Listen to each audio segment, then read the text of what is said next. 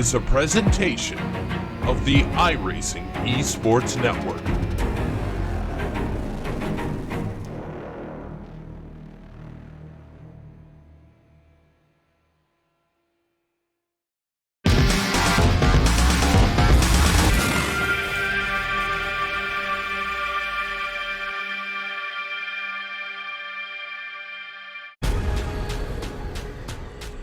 The most realistic online racing sim ever made. This is iRacing. Detailed laser scan tracks, fully dynamic real world cars, and over 50 series to choose from. 6 online world championships offering over $100,000 in annual prizes. This is the original esport racing game. This is iRacing.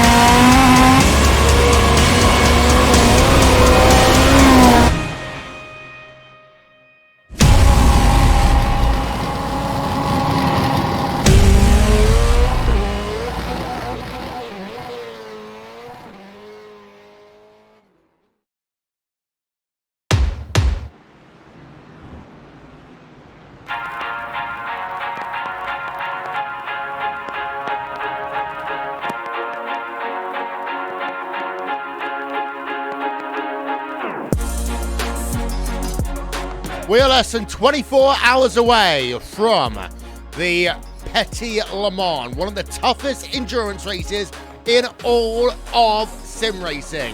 Today, the drivers will do 1 hour instead. Call it the prelude, call it whatever you want, as we say welcome to Road Atlanta and welcome to the IMSA iRacing.com online sports car championship. Wovington along with Connery Maddock, and I've just realised, Connery, this is your broadcast, not mine, so I'm going to do this. Wait, bear with us.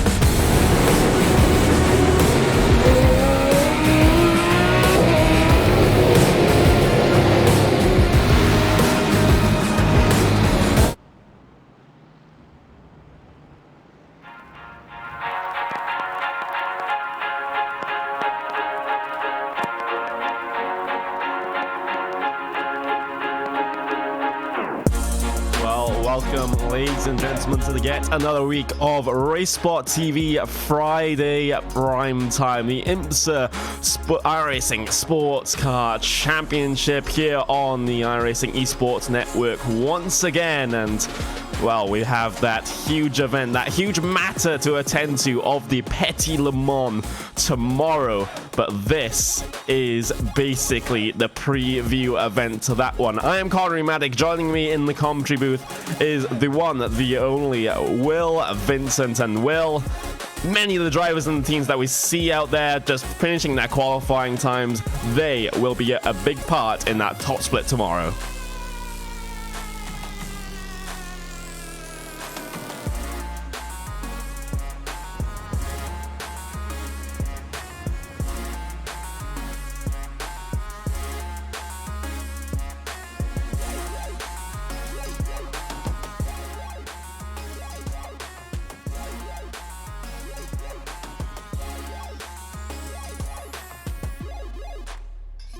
Yeah, absolutely. We see the likes of maybe Radicals Online grabbing themselves another special event race when they usually do pretty well in those types of events. We'll have the usual suspects like Pure Racing Team, like Thrustmaster Movano, like teams like Apex as well. They'll all be fighting it out around this circuit, and if it's anything like last year, then oh my word, the traffic is going to be horrendous for these drivers.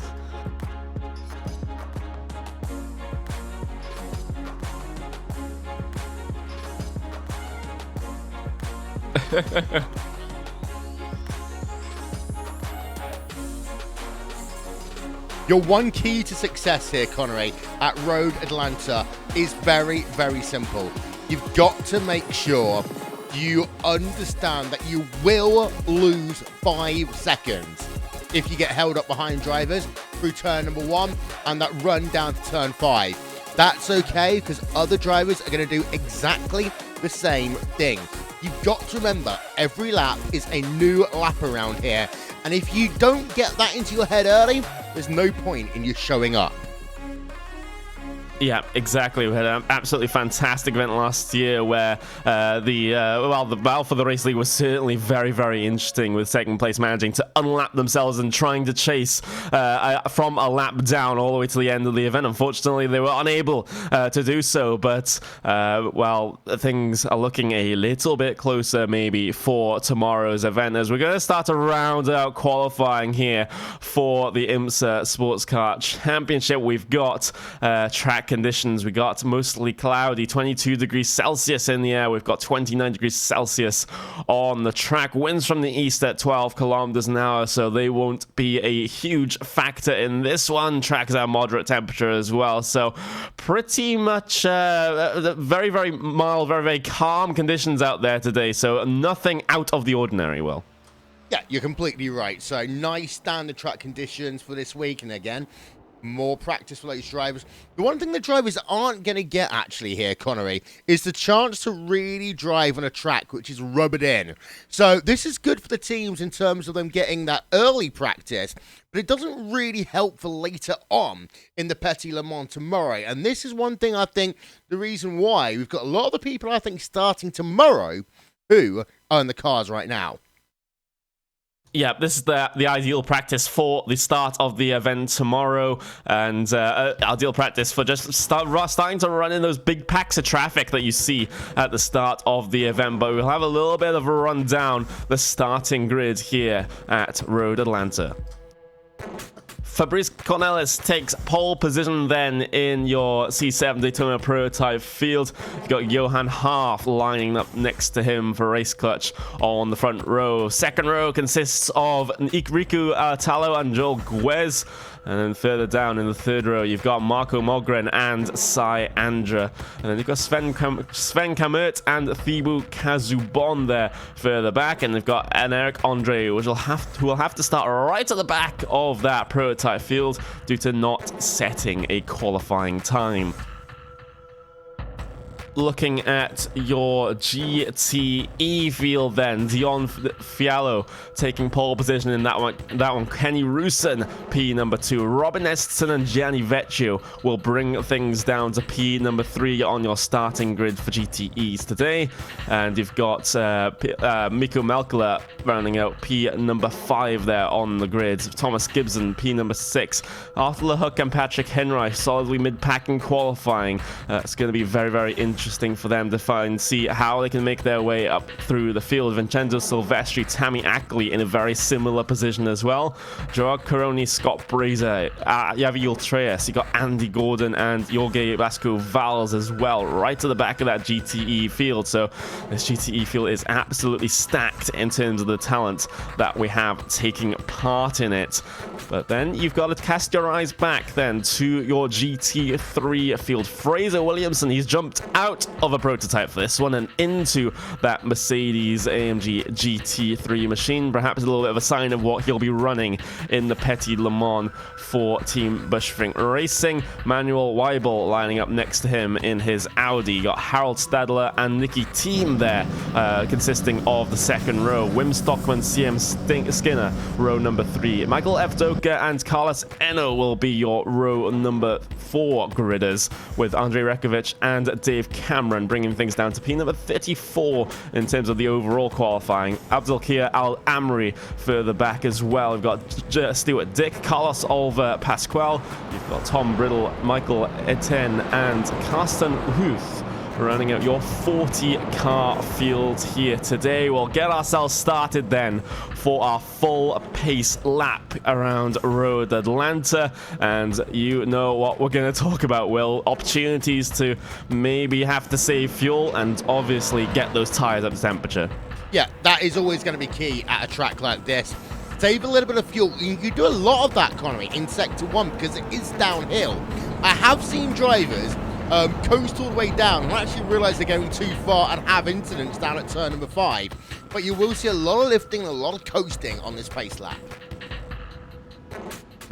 Yep, we will, as just spotting the GT3 field heading their way through what is one of the most treacherous corners on this track. The GTE field making their way through one of the most treacherous corners on the track. That turn number 5. We've seen so many incidents coming through that particular corner that it is a very, very scary prospect for an endurance race where you have to be doing it hundreds of times over the course of the event. This corner where if you run wide over that curb, you can clip the gravel. The curb itself can upset your car as well, and you'll be spat towards that inside area at quite a pace. Drivers have to take it carefully, Will.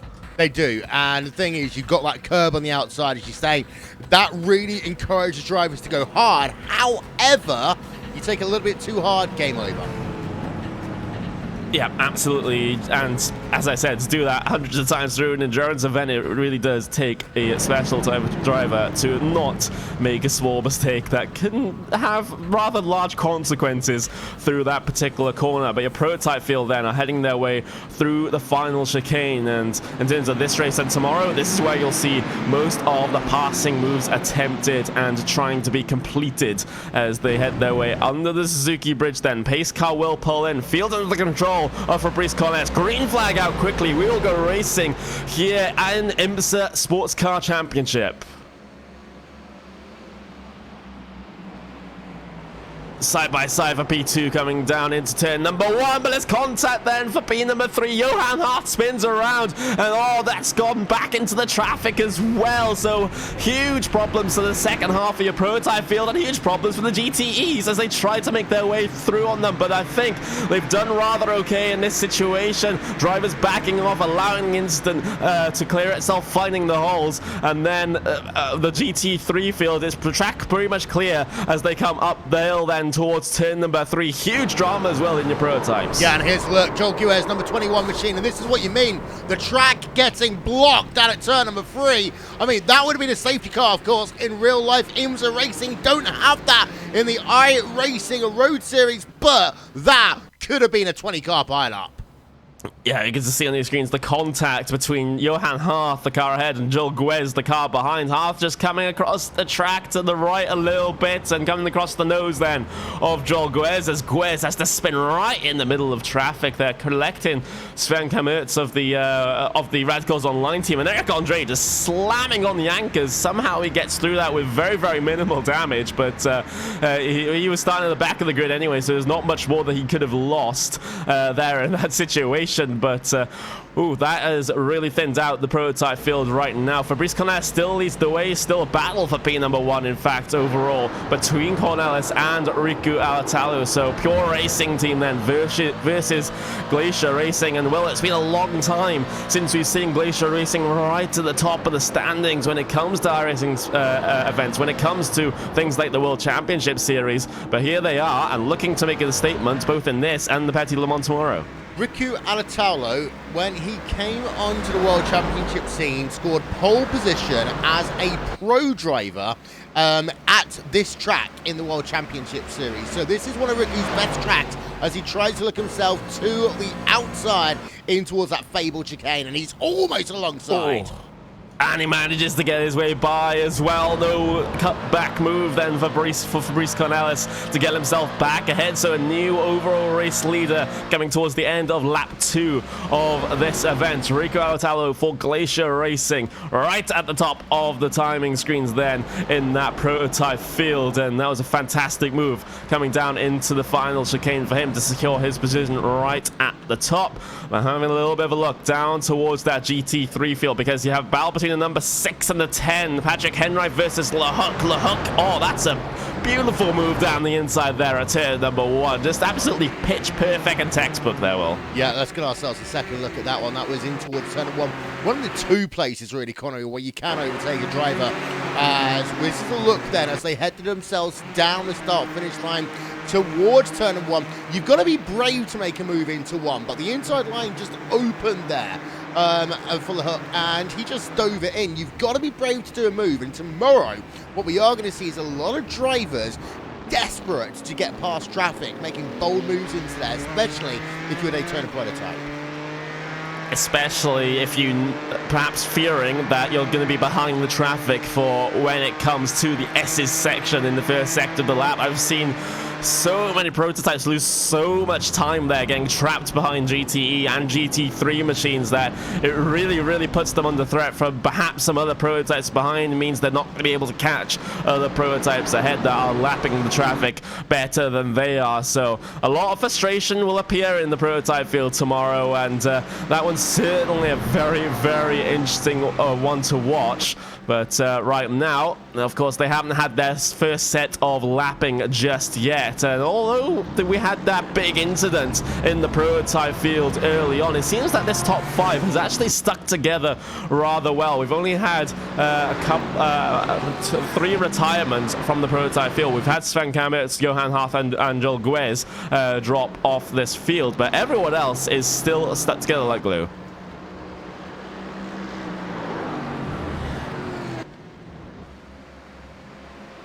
Fabrice Cornelis did manage to get himself past on that previous lap, of course. And so these guys are chopping and changing for the race lead between Cornelis and Alatalo. And if they're going to be fighting like this, well, it does mean that Syandra can get himself involved. Maybe Marco Mogren and Kazu Bon as well, as they decide to maybe dice through the final corner. They'll take the fight instead down towards turn number 1. Kazu Bon looking for a cutback move through turn number 1, trying to get that power up the hill despite the damage that he has to the rear right of his Daytona Prototype. Not able to as he gets into that blind or half blind turn number 3 as the change in elevation really affects you coming down through this section, through the compression, through the S's, up towards turn number 5 as well. Careful not to track out too wide there as Kazubon likes to play with fire on the exit of that corner, but that first sector is just so enjoyable for the prototypes as long as they don't get stuck behind a piece of traffic. It is, and one thing I'm paying attention to right now, Connery, is just how far back you need to be able to do the slipstream in towards that chicane if you are in a Daytona Prototype. Alatalo, a third of a second back as he headed himself out of turn number 7. This time by, he'll swing it again to the outside line. This time by, again, he gets the line and he goes off. So, Alatalo! That was so close. Alatalo will get the slow down penalty for that one, but it could have been so much worse as he'll continue to battle, or at least try to, with Syandra for P number 2. Might even lose the position to Mogren now as he tries to find his way down the inside at turn number 1, but the door will be firmly shut in that situation. Alatalo, scary moment down into the chicane, completely outbraking himself, trying to get that move done over Cornelis, and he has to take a trip over the grass as a result. He does, and he falls down into 3rd place. So we're talking about the fact that this front pack are still close together. That is the one thing that has saved Alatalo in this event so far. It is, however, allowed the driver of Cornelis to stretch out to almost a 1 second lead. One thing I was paying attention to a little bit earlier on, Connery, was that Fraser Williamson in GT3 had actually got himself a second advantage over Nicky Thiem in the number 26 car. However, Nicky has come back, and it's now down to 4 tenths. And of course, Nicky also qualified P number 4, so he's gained himself 2 positions here as we see the battle for P number 2 in prototypes. Rico Alatalo has managed to make his way back through up into P number 2 with a move over Cyandra down the inside for the first apex for the chicane, the 10A, 10B chicane right at the end of the lap. So Alatalo can go back on the charge then for that Pure Racing team drive ahead of him. But I completely agree with you, Will. This battle for the race lead in GT3s may very well be on as team tries to chase down Williamson. And if you see Nicky team in your wing mirrors, that can be sometimes a disconcerting moment, knowing that you have a driver that is so skilled on the real world side of things trying to overtake you. It requires some resilience. It does indeed, but that number 23 car, Fraser Williamson, ironically, Connery, isn't going to be phased by the number 26 car. He's probably more phased by himself and the fact that we're talking about him right now. Of course, the curse of the commentators strikes no harder than on Fraser Williamson. However, he is doing a good job right now. That last time by, however, lost another couple of tenths to a second. The gap is just being eaten away then bit by bit by Nicky team as these two are basically just trying to gap the rest of the field. Manuel Weibel was about a 10.5 seconds slower there than Nicky team, so it looks like these two cars will be the breakaway that we're going to have at the front of the GT3 field. But having a look at your GTE race lead, though, that is still a rather close affair as well. You have all 3 podium positions, all very, very close, all within sight, all within striking distance as well, and all Fords. All Fords. Where's Cam Walsh when we need him? It is a Ford fest right now in towards turn number 1. And one of the things that I'm paying attention to as well is the fact that we have got World Championship caliber drivers in this event today. We have got 5 of them taking part in this event. Patrick Heinrich, for example, is one of them in that number 6 car right now. We've also got ourselves Don Fabio. He is in 3rd place in GTE class. And, well, they have got themselves 4 drivers of World Championship caliber in that GTE field here today. There's people that often ask about the strength of field in these races, Connery, and GTE's pretty darn stacked. Yeah, if you do want an exact figure, it stands at about 6,600 is your strength of field for this GTE field.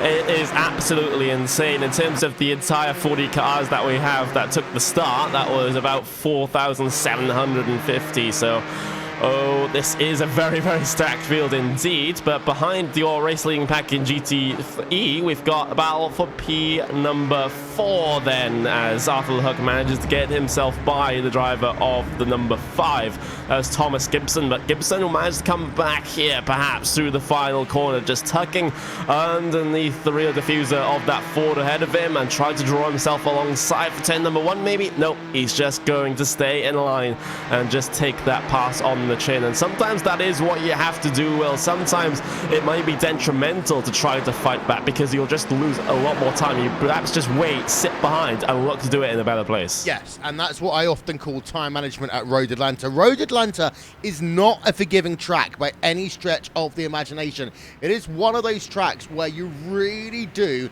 not really need to just race the track, but race it yourself in the correct way. And I talk about racing yourself. We have got traffic for the first time, and what that's done is allowed Ricky Alatalo, or Ricky Atulu, as he was famously called that first time around, to get himself back within 4 tenths of a second. And I will say, if you're going to see a Glacier TV win in this event, and actually, if we're going to see Glacier Racing even, beat out Pure Racing Team, it will be at this track, because the Finns absolutely love this type of racetrack. They do. Always strong performances here. Look at Fabrice Collas. He's stuck behind a GT3 machine. You can see how Italo closes up, and he'll hit the traffic in the right place for him as well. 3 wide, potentially. Oh no, that's a sketchy situation there down towards turn number 6. Alatalo not able to capitalize on the traffic, and is actually having to take to the grass to try to get his way by that GT3 machine. So Alatalo still hot on the heels of your race leader with yet more traffic to come, and traffic that probably won't stop. Indeed so, and Alatalo won't be close enough to make a move this time by into the chicane unless he's going to do something very bold. He's not going to do so. So 1, 2, 3 cars that they're probably going to get past before the start-finish line here, and this is where that traffic management really comes into gear. Note the fact that you've got your GT drivers on the outside line. Alatalo gets bumped a little bit there, as you actually have one of the GT cars having a bit of technical issues as well. Alatalo, luckily though, able to get past that first wave into one. Yeah, Abdul Al-Amri getting himself a little bit wide there off of the final turn in your GT3 class, but these prototype leaders still very close together, and it's a bit of deja vu then for Fabrice Corlelis as he gets stuck behind yet another GT3 machine once again through the S's. Second lap in the row that has happened to him. Can Alatalo capitalize this time? He's going to sit in the slipstream there down towards turn number 6. He's going to send it down the inside or prepare the move for the chicane. There's still a pack of about 3 cars ahead that could also factor into this one as well. We have battles for the race lead, mind you, in all 3 classes. This one's between Cornelis and Alatalo. There's one between Vecchio and Rusin and Fiallo as well. And then you've got Williamson versus Nicky Team as well. Absolutely fantastic to see here, Will. One of the best battles I think we've ever had on Friday Night Primetime. This short track really does lead to great racing, and we've got ourselves a battle going on. 3 battles for the race leader in 1 second as we are at the quarter point distance. One thing we haven't actually talked about at all here, Connery, is the fact this is our first 60-minute event of the season, and that means the strategy, that book just opens up a little bit. Yeah, it does. 3 wide then. Overall race lead with the traffic. For Cornelis managing to squeeze his way through on the GT3 machine of Harald Stadler, and that puts a little bit of a buffer between him and Alatalo, but Alatalo will go for the pass through the S's here on the lap traffic, which is always a very, very risky move. The GTs are on the limit of grip coming through there. They can't change their line very easily, so you have to make an early statement if you want to make a pass through there, instead of trying to pass the GT3 machines when they can't really change their line. No, you can't, as we see some fantastic camera angles, as you now see GT3s mixing it up with your Daytona prototypes. And well, often people kind of talk about the difference between Daytona prototypes and LMP2 in particular, because these cars are nowhere near LMP1 spec. I will say, however, I prefer the Daytona prototype to the LMP2 car, because it really is more of a kind of point and squirt car in some ways compared to the LMP2, which I often think is that kind of mid-ground, which isn't quite a full hybrid LMP1, isn't quite got enough turn on it so you can, like, you know, really fight that wheel. I love that Daytona prototype. Daytona and Road Atlanta, 2 fantastic events for the iRacing to showcase what is an underused car quite often. Yep, it is. And of course, if you want to talk about aesthetics as well, that car does look pretty gorgeous. I love like the sort of closed-top concept for an LMP2 car. It's I don't really like the open cockpit when you have 2 seats. That's just a little bit of a bugbear for me. I think that should be more reserved for cars that have a little bit of a smaller cockpit, so you can close that up with you know, to keep the design of the car much more easier on the eye, I think, is the case there, even though these Daytona prototypes technically do have space for 2 seats in there by the regulations, but it does look a lot nicer than just having an open cockpit in these. I often used to joke that if you have an LMP2 car the way it is, what they actually should have is they should both have a steering wheel column attached to the car, and all you do is take the wheel off one, put it onto the other, and you have 2 drivers racing at all times. So you've almost got a pilot. Back in the days, I mean, let's not forget, the first one of the Indy 500, Connery, was the first driver in a huge motor race actually go solo compared to having 2 drivers in his car. I feel like a Johnny Simone statistician this evening. I don't know what's going on. It's all the baseball. I mean, they're into playoff season right now. Yeah, I think it's just simply too much working with Johnny Simone, and it's just rubbing off on you. Yeah. That's the issue that we're seeing there. Is once again the traffic's going to be affecting these overall race leaders, and Alatalo has a chance, has to lift out the throttle, though no gap to work his way through with the lap traffic getting himself involved. And actually, these are the GT3 race leaders that they're trying to make their way through on right now. So they've managed to split them up, Fraser Williamson and Nicky Team, but They'll follow their way by Alatalo, actually staying with that GT3 machine just a little bit longer to pick up what he can of the slipstream before cutting back in, and that is a good strategy because it gives this sort of overspeed to Alatalo. So outside initially, then down towards the final chicane, battle for the overall race lead once again. Alatalo actually gets it stopped this time and gets himself into the race lead. Cornelis trying to fight back on the exit of the corner, and Alatalo will shut the door on him coming on the exit, and then this battle will continue then down the pit straight, down towards turn number 1. Cornelis outside this time that he has to contend with, maybe drag that car back in for the exit speed, but not able to, and I think this position is secure now for Alatalo, at least for the near future. For the time being, one thing I want to just highlight for a moment is a difference in the closing speed from the Daytona Prototypes to GTEs. You saw that Mikko Mavkila, who of course is at Sim Racing Expo, which is why I can now pronounce his name, in the number 20 machine. He was a third of a second back from Arthur the Hook in the number 10 car as they worked themselves down the back straightaway.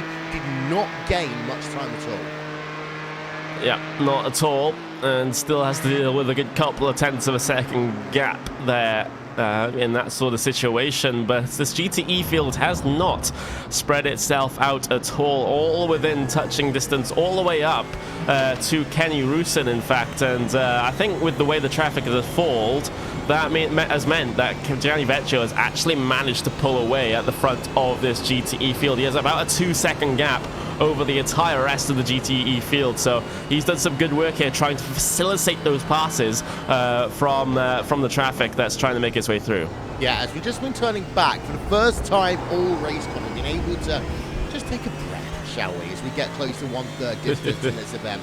And we're having a look at Michael Doka versus Howard Stadler, and this is battle going on for 6th place in your GT3 field. And again, the closing distances are absolutely nothing like what we're seeing in Daytona Prototype. So what I expect to see tomorrow is really 3 different races going on at once. In Daytona Prototype, you are going to have a race where track position matters all the time, and the draft of the cars that you get on the back straight away, well, that actually might negate some of the disadvantage that you have in sector number 1. In terms of GTE, I think it is that middle ground. Track position is going to be important. However, it's going to be more of a case of you really just trying to make the least of being passed lap after lap. And for GT3, I'm going to be honest, Connery, it's a case of survival.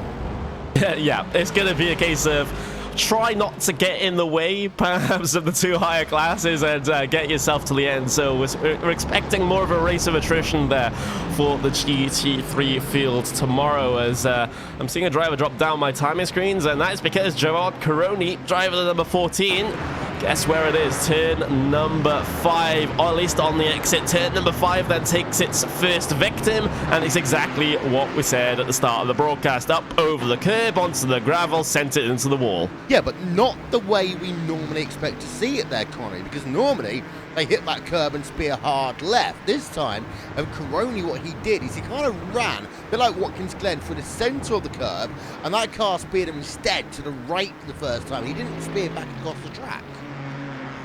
Yeah, so slightly different to what we're used to seeing there. And part of the problem with that exit curb and that exit sort of asphalt there on the runoff is that it is very, very bumpy, and you can't easily control the car there. It's just impossible to do so when your front tires are not even contacting the ground, so you're unable to steer. So it is a very, very scary moment when you go wide there, and just have to hope that you don't hit the barriers before you regain traction in that part of the circuit. But some news on your prototype race lead, in fact. Rico Alatalo has managed the gap for Brice Cornelis here. He's up to around about 1.2 seconds there on the 1.3 seconds last time by across the timing beam. So Glacier Racing, they definitely have the pace here in prototypes, and managing to gap Pure Racing Team, which is not what you usually expect to see. 2 things coming to mind right now. Number 1, are PRT sandbagging. Number 2, are Glacier Racing looking to make a statement at the end of the season? One of those, I think, is the correct answer. I'm just not quite sure which one it is, because we often see when you've got a kind of warm-up race like this before a big event, what we often see is teams who don't often go 100% Connery. They're also racing in a different mode today compared to what they're going to be racing tomorrow. Of course, tomorrow really is endurance racing, fuel strategy, tie everything down. Today is about the early honours, and I would say that you now have to just think about Glacier Racing at least as someone in the top 5 for tomorrow. However, historically, they've had horrific luck at big events. Yeah, they have. It's so many times that they find themselves, for example, in an early incident that has dropped them all the way to the back, and they have to fight from maybe 1 or 2 laps down at the start of the event, which is never what you want to do. Of course, there's a lot more possible in things like a 24-hour event, but the Petit Le Mans, of course, isn't that length, so it's a lot harder to do in that situation, especially with the traffic getting itself involved. But I just do want to bring the discussion, though, back to Pure Racing Team, because, of course, Fabrice Cornelis, for all the talent that he has, and for all the speed that he has, he's still not the fastest driver, I'd argue, on Pure Racing Team. Of course, Maxime Bonnecke is pretty much the out-and-out fastest driver on the iRacing service right now, I feel, at least in prototypes and GT machines. But it's just the case of that Pure Racing Team has such a stacked team that anyone they put in the car can get it to, you know, for example, pole position and can hold the race lead. It's not an issue for them. They have that depth to be able to go and chase these events. You know the thing with Max Bonnecke that I saw at Sim Racing Expo, quite blatantly, he doesn't give a beep. You saw him in the car. He's just driving around, having fun. He didn't really care what the attention was on him or not.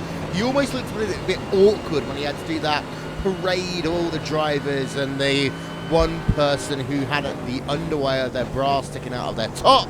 Max Bonnecke just likes racing.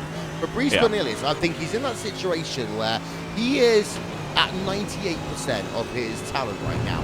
He can burn a lot of energy trying to be faster than Max Bonnecke or be a team player for PRT, as they have become a big team in iRacing, where realistically, yeah, we do talk about Bonnecke, but actually when we stop talking about Bonnecke, that's when Cornelis really strives. Yeah, absolutely. Of the drivers that aren't Bonnecke in PRT, he is definitely up there in terms of the fastest, most consistent drivers on that particular team. And of course, you look at his roots coming from Vendaval Sim Racing, and you could argue that at Vendaval he was pretty much the star driver, at least in prototypes, at Vendaval, and then getting picked up by Pure Racing Team, then to be more of a consistency driver, more of a driver that they can put behind the wheel and just know that he'll be on the pace very, very quickly. So I wonder how he's managing the change from being a star driver to being more of a support role. More importantly, are we deciding that it's Vendaval or Vendaval or what for tomorrow? Vendaval. I'm just going to fly with Vendaval and hope no one corrects me. Vendaval. We'll do Vendaval. We'll say now. We'll make the rules for tomorrow. Well, I'll do the commentary briefing afterwards. As we're just having a look at Patrick Heinrich in a freeway battle right now with Thomas Gibson behind and Dion Fallow just ahead. And we've also got in GTE Troy Asioi versus Mike Medakila as they battle out for 6th place on track. But you're right.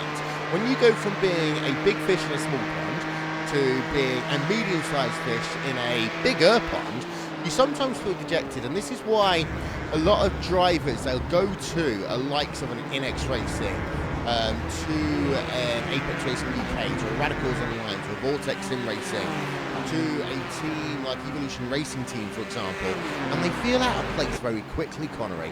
And this is why I think we started to see certain teams being a lot more strategic in the way that they recruit compared to 2 years ago, when it's a case of, okay, 30 guys on a team, let's see who's best. It's not a Royal Rumble, it's about development. Yeah, and sometimes, of course, that is the problem with teams that can be called super teams, shall we say, being careful not to annoy people that are a part of such teams, but sometimes that team coherency isn't there, and there's not much of an atmosphere, much of a culture surrounding those particular teams that have 30, 40 drivers. Of course, I might just annoy people anyway, because that is just what I do, not as much as some people I know, though, of course. But in terms of this one, in terms of this race that's going on right now, as we go away from the meta topics of sim racing, it is still Rico Alatalo leading the way in prototypes, and that gap has stabled out a little bit right at the front. Still 1.2, 1.3 seconds, which is what we saw it at just a couple of laps ago. So Alatalo just being a little bit more careful, just knows he has the gap now, has the buffer zone, and is able to just manage the traffic all on his own at the front of the prototype field. We've still got the battle, though, for P number 3 between Syandra and Marco Mogren. That is not close right now, but has the potential to spark on into a little bit of a fight, given the chance. But looking towards GTE then, this is Gianni Vecchio managing to get himself a decent gap then over Kenny Rusin. You got Dion Fiallo and Patrick Henrich, one of the many Patricks as part of that Pure Racing team involved in the battle for P number 3 in your GTEs. And then looking further back, you've got the race battle for the class lead then for GT3. Oh, you Williamson cursed versus him. team. Oh, have I cursed him? Who have I cursed? You cursed Patrick. He just lost it down at turn number 7, and they almost had a huge wreck down the back straightaway. Number 21 machine flashing his lights and another, and well, that is one of the things actually we should talk about in the second half of this broadcast, Connery. What happens when one driver makes a mistake? The chain reactions here start very quickly. Yeah, absolutely. And I was a little bit concerned about how Patrick actually cut across the nose of Thomas Gibson there as he was rejoining the track. As yeah, Patrick Henrich, trouble on the entry curve then for turn number 7. And of course, since this leads on to a very, very long back straight, he's going to have compromise speed all the way down. Does get that little bump from Gibson, and that could have been a huge, huge moment down the back straight. It only ended up being a little bump, but that could have been a race-ending moment, not only for Henrich, but for multiple drivers behind that were coming up quickly. Well, that's the thing. This track also isn't actually that wide, Connery. So at most points, it is free wide at best. So when you get into a situation, you've got a car turned around and people recovering, it gets stacked up. And, you know, this is a track that, you know, arguably when it was built, wasn't designed for drivers going as fast as they are. And it's one of these tracks a little bit like Sebring that has really had to, you know, stick with its model. I mean, you could argue, Connery, this is almost like the Monaco at points of endurance racing. I don't know a track which is as twisty and as difficult for drivers to overtake at in terms of this type of racing, except for, yes, you know, Laguna Seca or Belle Isle, for all the trolls that are going to start making those comments about now. Yeah, right about now. The track, of course, first race was held in 1970, of course, a big feature for the Can-Am events that were back there in the, of course, American sports car racing. So it does have a decent amount of history when it comes to, you know, at least GT machines or GT type machines. But in terms of the rest of the prototypes, of course, those started to come in a little bit later on, and of course the speeds just reached an exponential moment, if I tried to find the correct word for that one. Exponential. There we are. I will just say very quickly, to talk about something relating to racing, we have seen Fraser Williamson gap Nicky Dean by over a second, but that gap is now back down under a second, as we have got some prototypes on pit road and some GT3s were just in. We do. Marco Mogren, Thibaut Kazubon down on the lane then for your prototypes, and Eric Andre has already made his way in 2 laps ago, so going for more of a little bit of an undercut perhaps in his Daytona prototype there, as Kazubon and Mogren will look to make themselves off of pit lane, and Eric Andre not able to gain anything from pitting early in that situation. But the pit stop strategy today and of course tomorrow will be very interesting for these prototypes, because of course you have the usual issues of, oh, do you take tires, how much fuel do you take, what is your overall, you know, fuel numbers for the entire race. But for Road Atlanta especially, you have the issue of trying to find yourself a clear air to drop yourself into, because traffic is a huge issue. Like it is, like I say, about losing 5 seconds through sector number 1, you can lose 2 to 3 seconds coming onto pit road at the wrong time, especially if you are a driver in Daytona Prototypes. It's Thomas Gibson out and away in 15.1 seconds, as we are now highly into that pit stop window, as Robin Esterson as well out and away in 15.2. So getting on towards pit road, that will cost you 2 to 3 seconds if you get it wrong.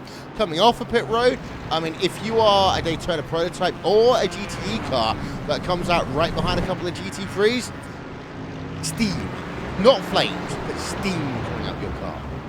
Yeah, absolutely. Not seeing any of these prototypes actually take tires on their car, so just fuel to the end of the event for the C7 Daytona Prototypes. And you see Kazubon actually come off of the lane into turn number 3 just fine, drops himself, like we were saying, into a little bit of clear air so he can focus on getting those tires up to temperature, getting those initial installation laps in, because of course, even if they don't change tires here on the pit lane, those tires do of course cool down, so you do have to get them back up to racing temperature. But looking at the overall race lead in prototypes, the traffic has stricken again, this time not in the favor of Riku Alatalo. He's lost about 0.3 of a second over the last previous laps, and they're still involved in this traffic heading their way up through turn number 5 as well. So gap is down from what was around 1.3 seconds down to about 8.5 tenths right now as they try to deal with this. Through turn 7 they will come again, and Fabrice has got that gap down. I do expect both these drivers on towards pit road this time by the way. So for Fabrice, being about a second back is actually not necessarily a bad thing, as long as he can get himself past that other GT3 car before they get into the chicane, and it's going to be too close. This is where Fabrice actually might lose the motor race right exactly now, because Fabrice gets bolt once, he gets bolt twice. I mean, he does stay out. I mean, if you're a Riku, I would have pitted just then. Yeah, just looking in your wing mirrors, you can see that sort of issue happening behind, and then you've got to make that sort of split-second decision to come down on towards the line, and it wasn't made from Alatalo. He's deciding to stay out at least one more lap here, and he might actually get punished for this one if he gets too stuck behind this Ford GT through the S's. Actually makes a slight mistake through the first apex of the S's there, but gets the car on the right line through turn number 5, getting that pass done over Patrick Henreich of your racing team in that GT and that G4 GT GTE, and the gap is standing at still around about 8.5 tenths of a second. So swings and roundabouts here in the battle for the race leads, your overall race lead, and the question is, will they come down this time, considering how much traffic is ahead of them? A string of 3 cars for Alatalo to deal with through the chicane. He'll get disposed of at least one on the entry to the chicane. That will be no problem at all.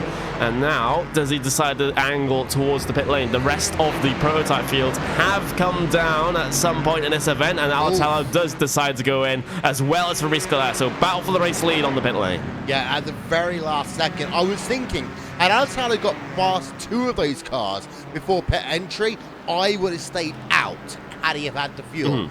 Because actually what it would have meant is Fabrice would have had to have gone past 2 or 3 of them through sector number 1, but they both come on towards pit road at the same time, so now it's going to be a race. Oh no! Oh, and Cornelis, he just overshoots. He does. That's at least a couple of tenths of a second lost there by Fabrice Collette. We'll see what the pit stop times turn out to be. 14 seconds for Alatalo, gets himself between those green cones. Look at how much of a gap that he has over Fabrice Collette as a result of that slow pit stall entry from Cornelis. And look at what the situation he's put himself into as well now. He's put 3 GT cars in between, well, Alatalo's put 3 GT cars in between himself and Cornelis. Nightmare situation for Canales. Yeah, but also have a look at that gap. 3.6 seconds, 4 seconds now. This is what happens sometimes when you're not right. Oh my word! Cornelis almost taken out of the event there. And that gap might rise to about 4.5, maybe even 5 seconds by the time we get to the next timing beam here, Conway. This is where it's a chain reaction, because you just had a bad pit stop. You come out and you've now got to lap more traffic than the guy ahead of you, and this is where the cooler head has prevailed. But Cornelis there did nothing wrong into 5. Yeah, absolutely nothing wrong at all. CM Skinner drifting across the track, perhaps a little bit unsighted with how that Ford was positioning itself and not able to see in the rear mirror that prototype was coming on the left-hand side there, just drifted across into the side of that Pure Racing Team prototype. A little bit of damage there to the driver's right-hand side of Fabrice Cornelis' car. Let's see if that car is still on pace, but he's lost 0.3 of a second, or rather, well, much more than that, in fact. He lost about 3 seconds and 0.3 of a second there, so 3.3 seconds lost on that pit stop cycle and outlap alone. Cornelis, he's got a lot of work to do now. He has. He has got a ton, and let's be honest, he's going to have to start gaining about 0.4 of a second a lap if he wants to really keep this one in the balance as they get towards the closing 10 minutes. However, we've also got a battle still going on in terms of our GT3, and we've got ourselves still the driver of Fraser Williamson leading the way. We still have the driver of Nicky Thiem in second place, and because it was requested, Connery, I think... He sent it! Oh, Nicky Thiem, he manages to do it, but he'll get the move back. Will Williamson? No, he won't. He gets tagged, and that Glacier Racing prototype has to shoot the gap in the middle as well. Oh, what a mess through the chicane. And that's why we don't go to fan immersion just after a pit stop. Let's have ourselves another look at that one. Nicky Thiem, I mean, that was a bold move. Let's have a look. Oh. 3 car lengths back, heading himself in towards, and he just, I mean, I'm not quite sure whether Fraser was just trying to be more cautious. The two come together once, they come together twice, and Riku had a towel like threads the needle, but Nicky Thiem, I mean, he's only still 0.7 of a second back, so let's do some fan immersion, Connery. Let's do it on the board then, with the driver of the number 26, Nicky Thiem, as he tries to recover from that incident.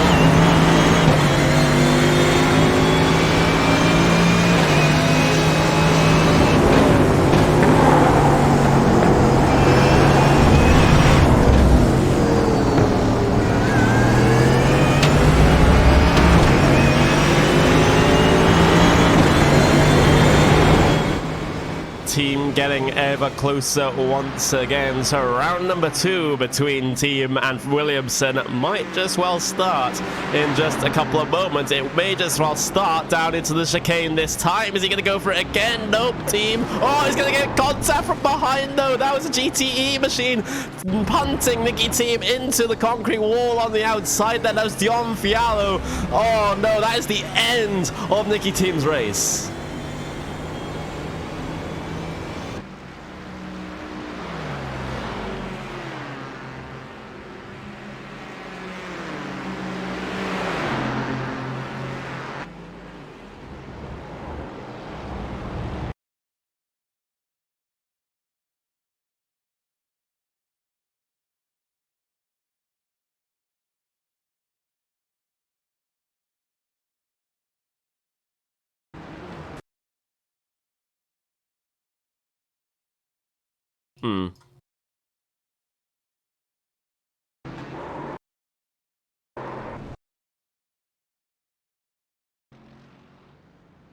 Yeah, I'll tell you how I'm judging this one. Well, it's just a case of Dion Fiallo well, more expecting Nicky Team to more drag the brakes, you know, sort of get alongside Fraser Williamson down in towards towards the chicane on the outside, but he just slowed the car down much more than Fialo was expecting. You could see by the line of Fialo's car that he was going to try to go down the inside there once Williamson and team were going to go side by side, but side by side they didn't go, and as a result in that instant there, of course it is Fialo's fault, but there's a lot more to it.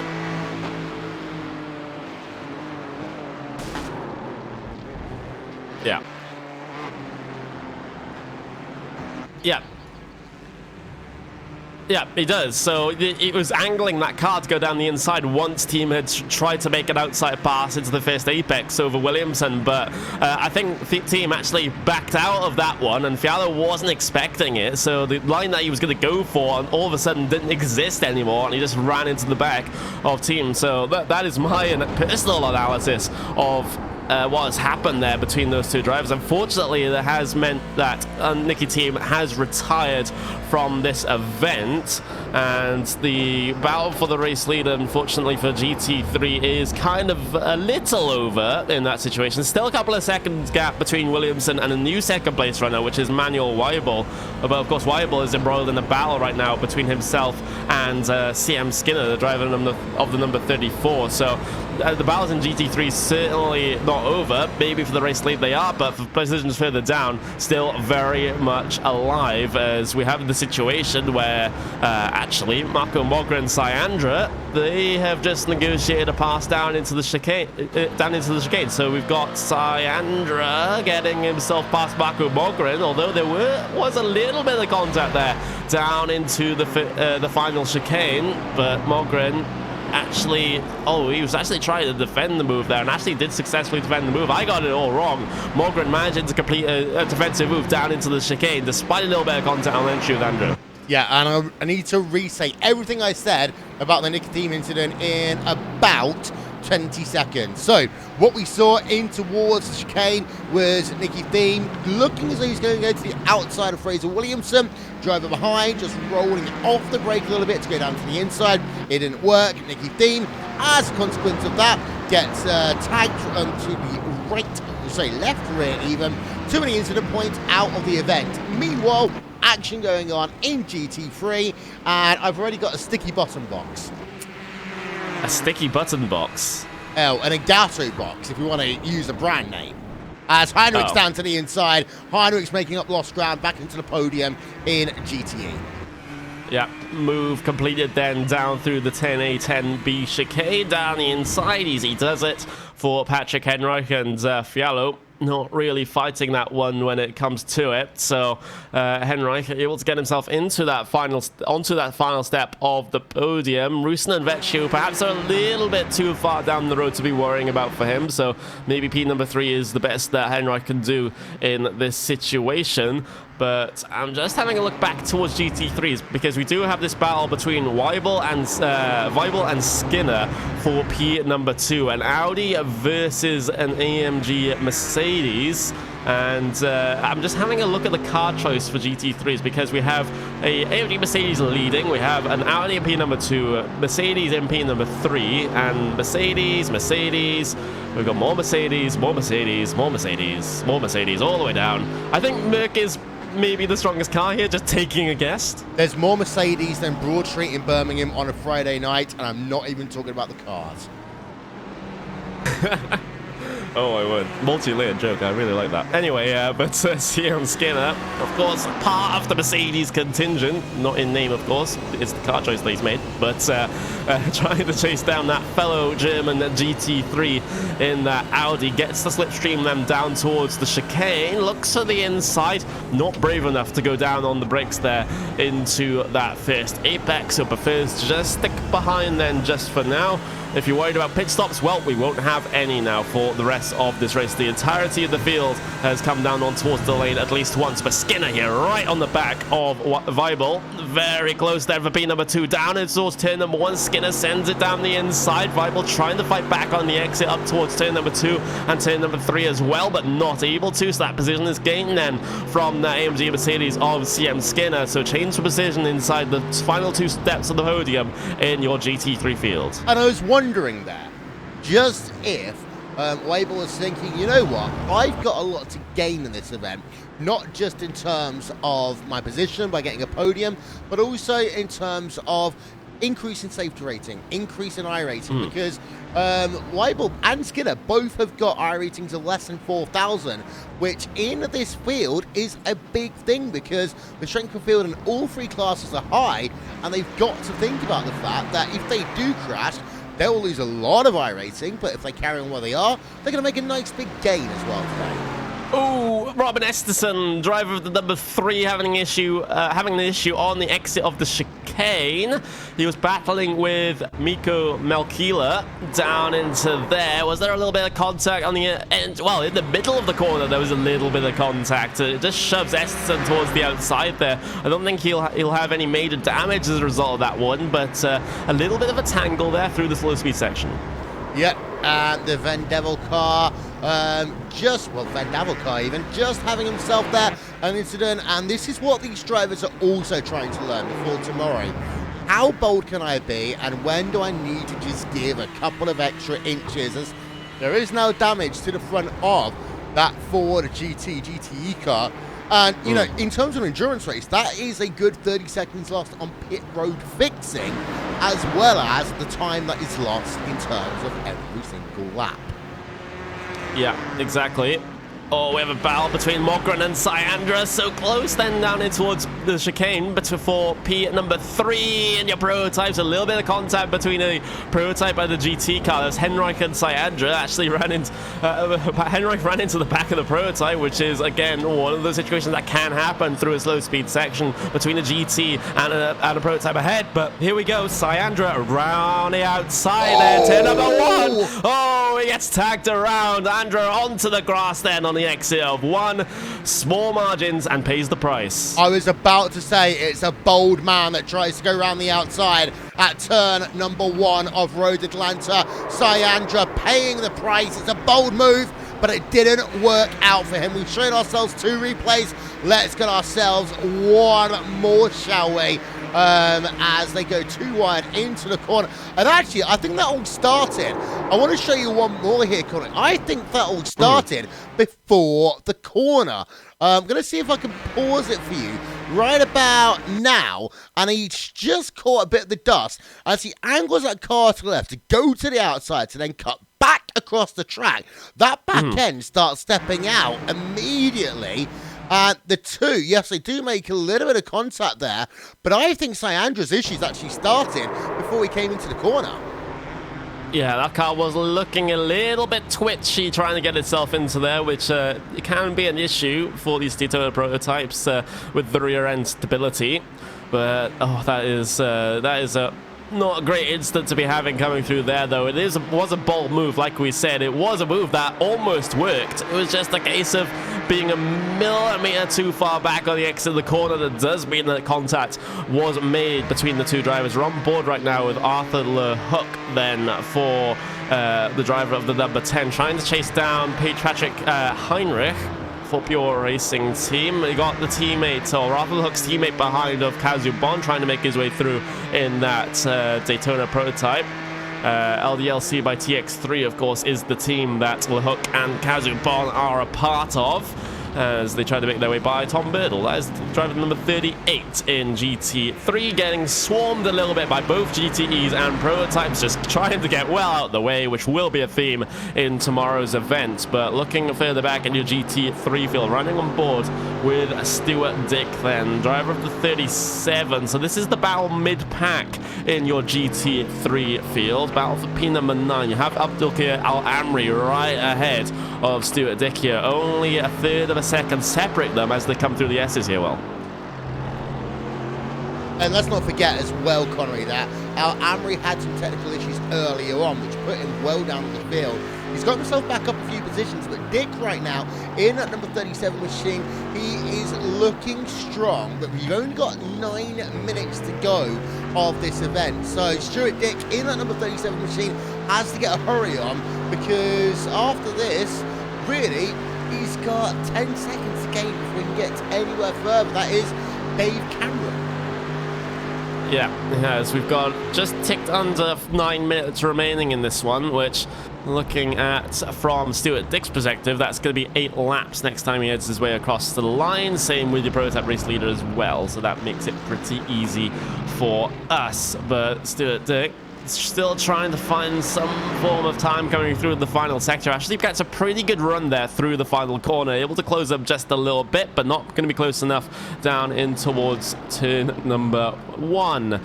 But having a look back to your GT, well, still in your GT3 field, but it's the battle for P number 2. CM Skidder versus Manuel Weibel. Weibel managing to close up 3/10 of a second that last time. So Weibel definitely making some inroads here, but of course we already had that pass done between himself and Skinner. But can Weibel find his way back? And that's one of the toughest things to do in racing sometimes. When you get a pass done on you, you have to find something within you to try and get yourself back into a position to try and get back past. Despite the fact that that driver ahead of you may well be faster than you in clear air, you still have to try and find that desire to try and get yourself back through. Otherwise, unfortunately, you're not going to be a race winner. Lap 36, lap 37. Skinner was faster by about a third of a second, lap on lap, over Manuel Weibel.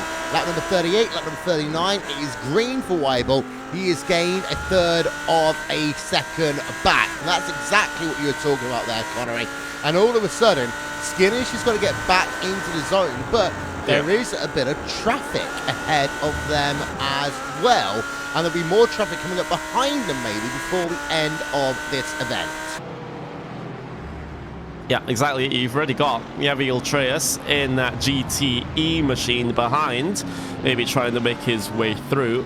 As we'll keep our eyes on this battle then for P number 2 in class, P number 2 in your GTE field. Battle between 2 different manufacturers. You'll see that GTE car right behind, trying a little bit of a flash of the lights there. We'll be seeing that a lot tomorrow. The universal sign of please get out of the way. That please is definitely a very important thing to add in there, as Ultreus looks to make his way by under the Suzuki bridge. Not given a lot of room there by the lap traffic, but all is fair and done, and Weibel has had himself an instant there coming through the final turn, and he'll bin it on the exit of the corner as well for good measure, trying to rejoin the racetrack then. Careful not to go onto the racing line, but drivers behind are very much aware of that one, and we've had the curse of the cameras being on someone again, the curse of the commentator, because Weibel has binned it.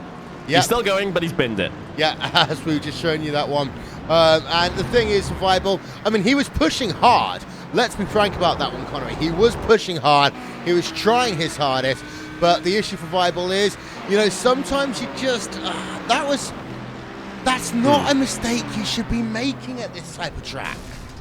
Yeah, he tried to let the GTE machine down the inside at turn number, well, the final turn, but that is such a tricky thing to do, coming down through there. You're better off waiting perhaps for the pit straight directly after, and he got a little bit too wide on entry and managed to clip the grass, and of course that completely unsettled the car. We're riding on board with Thomas Gibson right now, battle for P number 4 in your GTE field but right now we might as well call it the Ford GT fields, considering all the Ferraris are more towards the back of the field. But right now, Gibson, he's currently running lap times, at least last time, by half a second faster, or 4.5 of a second faster. Lap number 41, the one previous to that one, we've got 3.5 of a second. So Gibson making a lot of inroads here over Fiallo, and Fiallo has to put up some form of defense. He will have to in the last, what realistically is going to be about 3 laps of this event. Gap is down to 0.2 of a second. This will be Gibson's best chance, in my opinion. He does try to look down to the inside. He will go to the inside, and he will sweep past. Nice move there by Gibson. Impressive move. Fialo will look for the move back, though, through the final corner, which is a very tough thing to do, but oh, he's going to tuck himself right on the rear of Gibson then. Towards the outside, he'll have to go then, as Gibson defends the inside line. Looking for the speed on the exit then is Fialo on the run up towards turn number 2, then a quick right into turn number 3 over that curb, and Gibson managing to secure the position for now, but Fialo, he'll definitely try to fight this one back. But that was a fantastic move down into the chicane by Gibson, as clean as you like. Yeah, as we just had a fantastic look on board, although this time by, it will come together. He can look to the outside in towards turn number 6. So nothing's going to happen this time. There is traffic, however, ahead of these two cars that might come into play. So there's still a lot of work to go. And of course, these guys, they can actually try and get a podium right now. They're only 1.1 behind off the hook in terms of 3rd place in class. So if they just stop for a minute, they could try and go for a podium in the last couple of laps. Can definitely be attempted, but you can have no guarantees in those situations. Tentative on the brakes then down in towards the chicane with the lap traffic getting itself involved. So GT3s versus GTEs will be negotiated through for the final turn, and that is, oh, that's a move from Dion Filalo. Not one that I would have gone for. It's a high risk move to get yourself down the inside of a piece of lap traffic through the final turn, but manages to do it there in that situation. And well, about 4 laps to go for these guys to get yourself up as far up the field as possible in this one.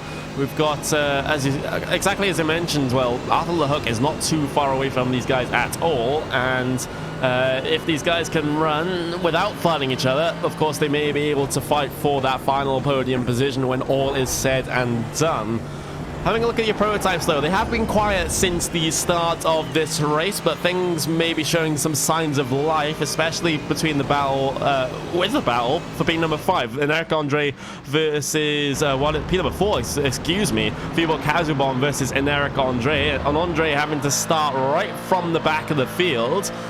Trying to make some inroads. He's already up to P number 5 from P number 9, which he started. Of course, that was helped by a couple of retirements in that prototype field early on, which has propelled Andre up through the field as he managed to avoid it down in towards turn number 1 for the first time. Looking for more, though. P number 4 would be a good finish on the back of the grid. Yes, and one thing as well, we've just been asking, AI, if you were at Sim Racing Expo, you would have seen the launch of AI on iRacing in what was then a beta, as we're not going to talk about that for a second, because Eric Andre is up a position and Thibaut Kazubon is down into P number 5. And Eric Andre up a position, but go on. Ooh, squirrely there through turn number 6 for Kazubon. So the position had already been lost at that point, but he could have lost his entire race if that had gone very wrong. He tried to deal with the lap traffic then on the exit of turn number 5, got caught up behind Stuart Dick, so that meant that the prototype had lost all momentum coming out of the corner, and Eric Andre managing to capitalize on the situation that Kazubon had got himself into. So Andre then up into P number 4 from the back of the grid. Fantastic drive for him so far, with 2 laps to go. Yes, I think it will be 2 laps to go here, Connery. We've got 40 seconds of the race still to go. Rico Alatalo on the exit of turn number 7. So we should probably cross the start-finish line with, I would say, about 12 seconds remaining. Yeah, looks to be the case indeed. 25 seconds halfway through down the back straight. I think this one's going to go one more than exactly as you said it will. But, you know, the Altal does have the option to maybe park the bus through the final chicane. He does have 20 seconds to work with, is the gap back towards Fabrice Cornelius, but he won't park the bus. He'll take us for one more lap. Crosses the line with 3 seconds to go. White flag out on circuit. This is your final lap of the event, and Kazubon, what has happened to him? DQ. Oh, he's DQ, disqualified from the event from going over the instant limit. And what was his final instant, I wonder? It seems like I cannot quite see that one, what exactly it was his final instant, but unfortunately he is out of the race right now, and that is something that can happen with the instant limit of 16 incidents you can get before you get disqualified, and that is very hard to keep yourself under at this track because of things like turn number 5, because of maybe little bits of contact with the lap traffic. We've got Gianni Vecchio coming across the line to complete his, going to complete his penultimate lap here. We've got the battle between Arthur LeHook and Thomas Gibson that could be close by the end of this event. Kenny Rooson's down on the lane from B number 2. He doesn't have enough fuel for the final lap. Yeah. Oh, no. Call it first, Connery. We'll talk about that in a sec.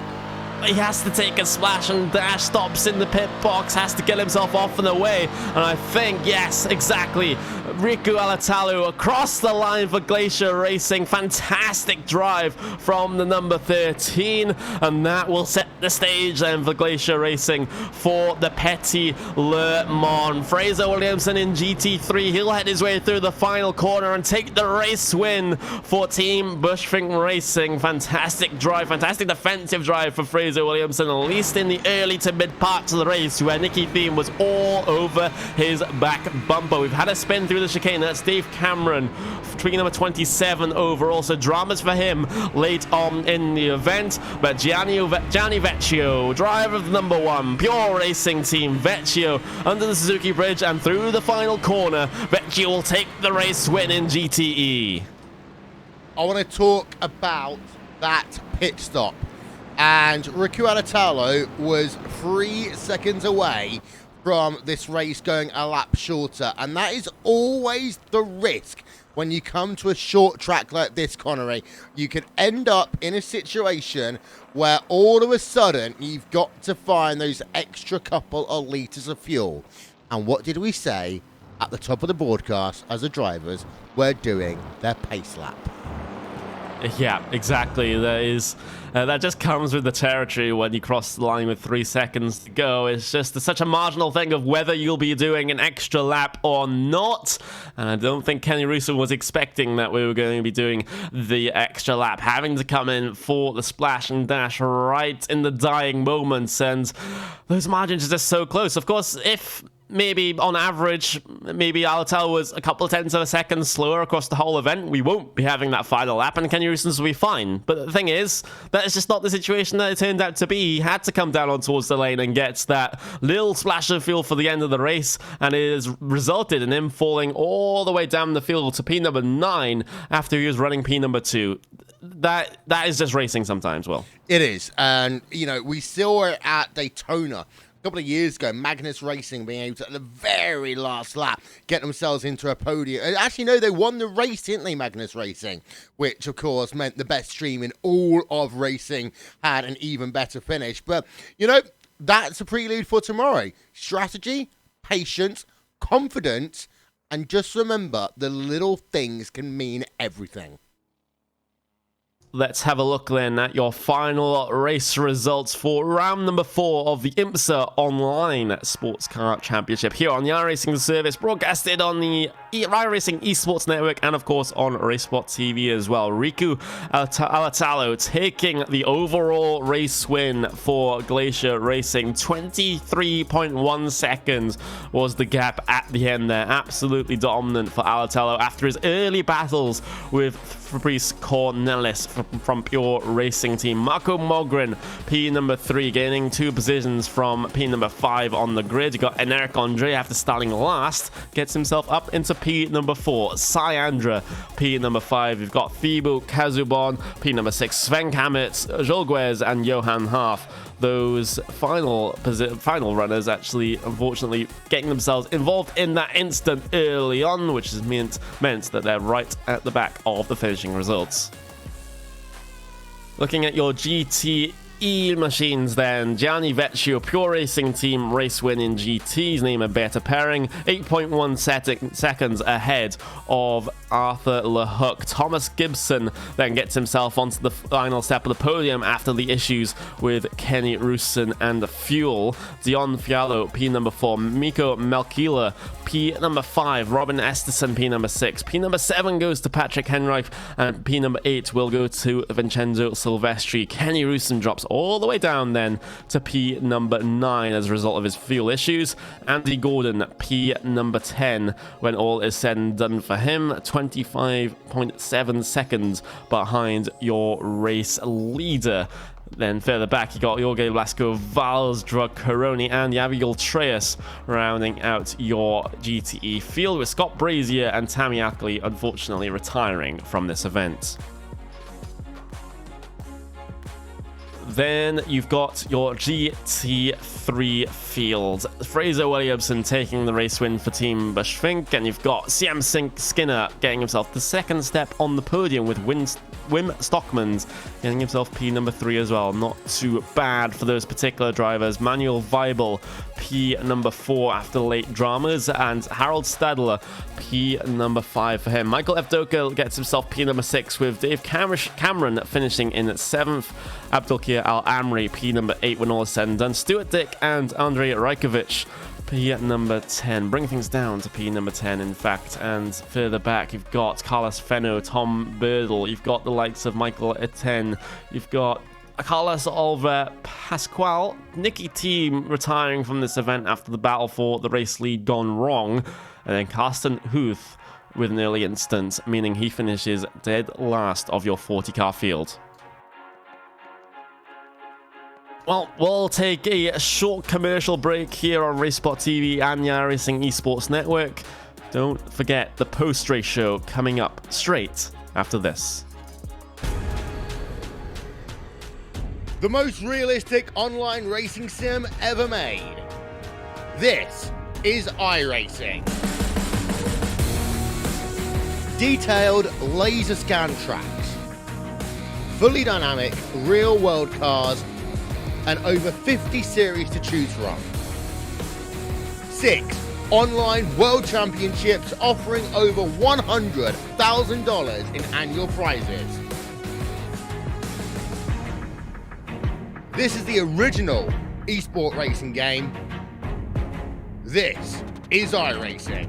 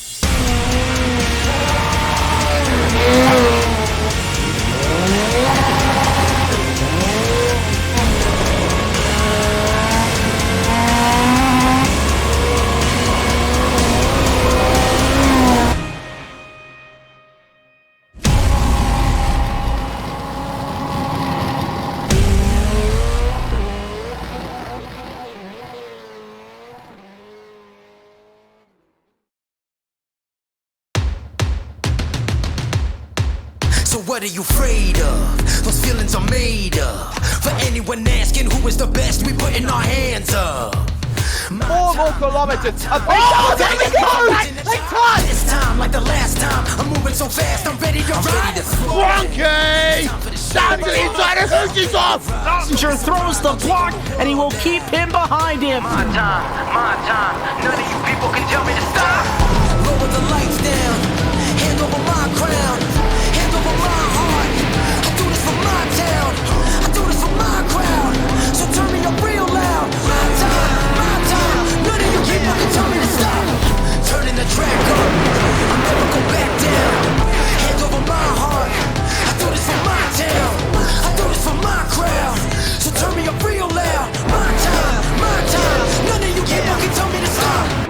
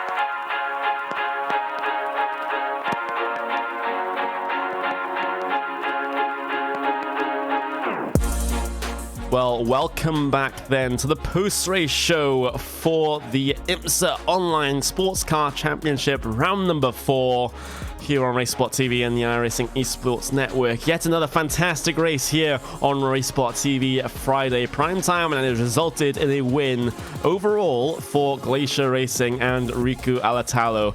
Mr. Will Vinton is standing by with your overall race winner. Hello. Yes. No. Easy. Even easier. Fast. Yes. Thank you. Excuse me while I try to stop laughing.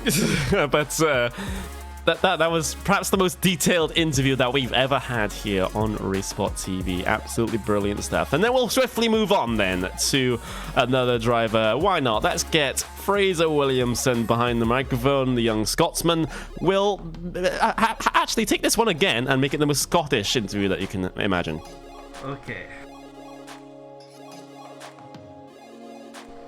An amount that I'll not say for legal reasons?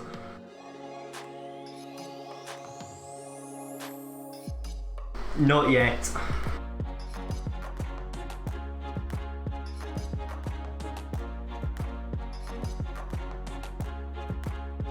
This is warmer. I could wear a t-shirt out in this, you know, no jumpers, no nothing. It was weird, never experienced it before.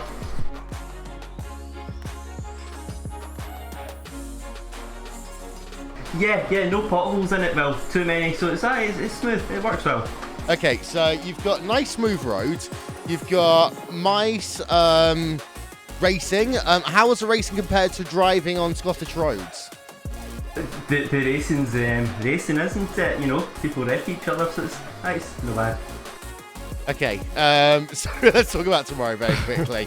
10-hour race. Have you got the endurance? Who knows? Let's see what happens tomorrow. Ladies and gentlemen, Fraser Williamson. Apologies. Yeah, apologies for the mic issues, by the way. That sticky button is really doing my nuts in today. I think, as someone mentioned in the chat, I think it made the interview with Riku much funnier, to be honest. But let's just move on from that one. Just having a look then at Gianni Vecchio. I'll take this one instead then. Well, Gianni, Pure Racing Team, race win in GTEs. You guys feeling confident for tomorrow with a result like that? Yeah, I think so, because like I have to say, Max Winnig did like the whole week. He did an absolutely amazing job, like for doing the setup. And the last few days we struggled a bit, but I think today we kind of made a big step in the right direction, and that's pretty much was the reason why I won the race right now. And yeah, I think tomorrow we maybe can go for the win, and obviously we have to make this be for John, because if Jonas wins this tomorrow, he won every special event, so I think it's a must win tomorrow. Yeah, of course, Road Atlanta is a very, very interesting track when it comes to things like lap traffic. It was a topic that we touched upon many times during the race. And how do you manage it when you're sort of that middle class, the class that's, of course, slower than the prototypes, faster than the GT3 machines? You have cars trying to get past you trying to get past lap traffic. How chaotic is the racing here for you today, and of course, going to be tomorrow? It's going to be hard. Like, it's so hard to manage the traffic at Road Atlanta, because the only really overtaking point is the long straight, but you kind of have to make sure that you don't lose that much time if you have to, for example, have to pass GT3 cars in the SS section. So it's going to be really hard, and I think traffic is going to be the most important thing tomorrow for sure. Yeah, definitely always is at the Petit Le Mans, in fact. So many races decided there based on who gets themselves through the traffic easier than all the others. But in terms of this one, Gianni, and of course tomorrow as well, well, especially tomorrow, who do you think are going to actually be your big competitors in the race? Is there anyone you've spotted in these sorts of sessions and in practice sessions over the course of the week that can perhaps give you a run for your money? Vanderwall, for sure. Like, like I think if Robin wouldn't have had that crash, I think he would have been easily raced for the win. And also Williams Esports with I think I drove this week against Kaschube and he was pretty fast. So Vanderwall and Williams Esports for sure. That's going to be our biggest opponents. Is there anyone you want to thank before we let you go, Gianni? As I said, Max Winnick for the setup, and also our sponsors, iRacing, Spusu, the Pure Driving School, and Autohaus Wallmeyer. And yeah. That was Gianni Vecchio then, Pure Racing Team race winner in GTE. And then we're going to have a look about who to talk to next. Maybe we'll have a little bit of a discussion, Will, with Eric Andre this time for Race Clutch. Yeah, and Eric Andre, 4th place here today. How much preparation and how much experience did he get from today to help your team tomorrow? Well, none, basically, apart from doing less mistakes. Now, clearly, it was a really bad race for me. Luckily, I escaped. I escaped the crash, turn 1, but I think it was Joel who unfortunately didn't lock his brakes, so he touched my rear. And from that point, basically, my race was over because my rear suspension was quite in a bad state, and then I tried to push and I ended up in the wall. So yeah, I'm quite surprised I still managed to finish 4th and not so far off Riku. So in terms of this championship, the IMSA Sportscar Championship, a 4th place isn't the worst you could have hoped for today, because of course starting from the rear meant that you avoided some of the calamities going on in the midfield. Explain that first lap crash from your perspective. I didn't review what exactly happened, but from what I saw, it was Johan and Joel who collided. I don't know why. Then I just saw some cars flipping and just going crazy. I braked and I just tried to go as slow as possible in order to escape with a lot of damage, but as I said earlier, Joel touched me, but he was a passenger in the car, so he clearly could have done nothing about it. After that first lap, I was just trying to do my best with the damage. And Eric Andre, 4th place here today, Connery. However, Race Clutch looking for a good way to end out their endurance season tomorrow in the Petit Le Mans. Yeah, definitely one of those teams that.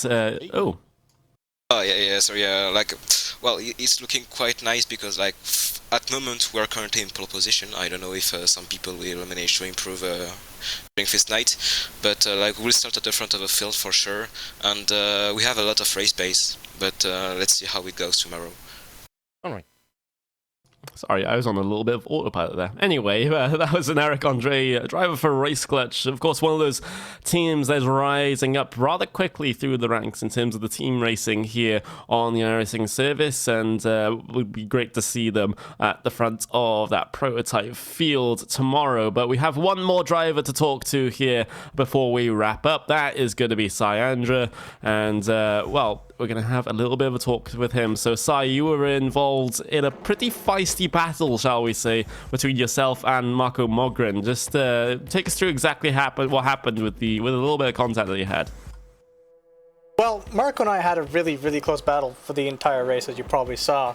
And what the difference was I was running a bit less downforce than Marco was, so all I had to do was stay in front of him through the twisty stuff, and then on the straightaways I could just pull away from him. But the moment he got around me, that's when I was in trouble. So I was racing him really hard, trying to use my advantage on the straights as much as possible and kind of diving it around the outside in turn 1. And I guess I could have left him a little bit more room, but I think personally that I left him enough room to not have contact. But it was either netcode or it was just a racing incident, I feel. And I think had I completed that pass without contact, I think I would have had a podium today. So a little disappointed. a podium from starting P number 6 would have been absolutely fantastic, but you still gain at least one position over your grid position up into P number 5, so that is still a decent finish for you. But looking to tomorrow, of course, you're a representative of the Wyvern Racing team, and it's not usually a team that we tend to see in those top splits. How's the top split hunt going for you guys at the moment? Well, we're trying to change that. Hopefully this year, towards the end of this year, we're kind of building up our team, kind of getting that experience under our belts to kind of run with the big boys, so to speak. If this was an F1 field, I'd kind of characterize us as kind of one of the midfield teams like Force India or maybe Haas. And I want to kind of get into those top 6 sort of rides, if that makes sense, and kind of make Wyvern a name that like people know. Yep, slow and steady progress then for you, and getting into those top splits is definitely a way to definitely get noticed on the iRacing service, and then things can really explode from there in terms of course, World Championship attempts as well, maybe in the future for you guys, depending on how things will go. And of course, we're now late on in the year now, so we're getting into the league endurance racing season, and how have those sort of escapades been going for you? How have you been preparing for these final few months of the year?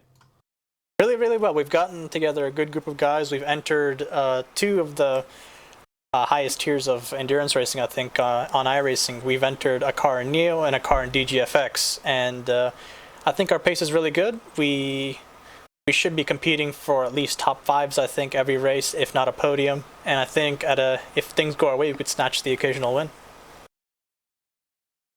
Fantastic goals then for Wyvern Racing. Syandra finishing P number 5 in the prototype field there right at the end of the event. But that is definitely not the end of racing action here on RaceSpot TV for the weekend. Not by any means. We have the next event tomorrow. It's the big event. The Petit Le Mans gets itself the green flag 20 minutes past 1 in the afternoon GMT.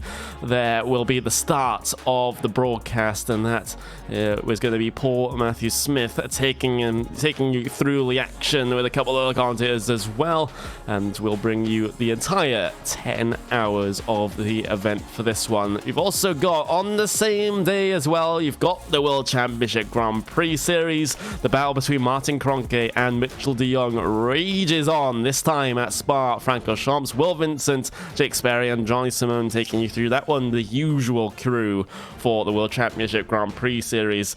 Then you've got on Sunday the McLaren Shadow Series. The MP4-12C will be making its way around Imola. It's going to be myself and Will once again for that one. And then to finish off our weekend of racing, we have the DJ HD Truck Series, 11 p.m. GMT on Sunday. Randy Chanath and Nolan Rempel will take you through the action for a new series here on RaceSpot TV. But that is all we have time for here. Don't go away for well, at least in terms of tomorrow, because that will be an absolutely fantastic event. Definitely tune in for that. Signing off here on RaceSpot TV Friday Primetime, it's Connery Maddock. That has been Will Vincent. Goodbye.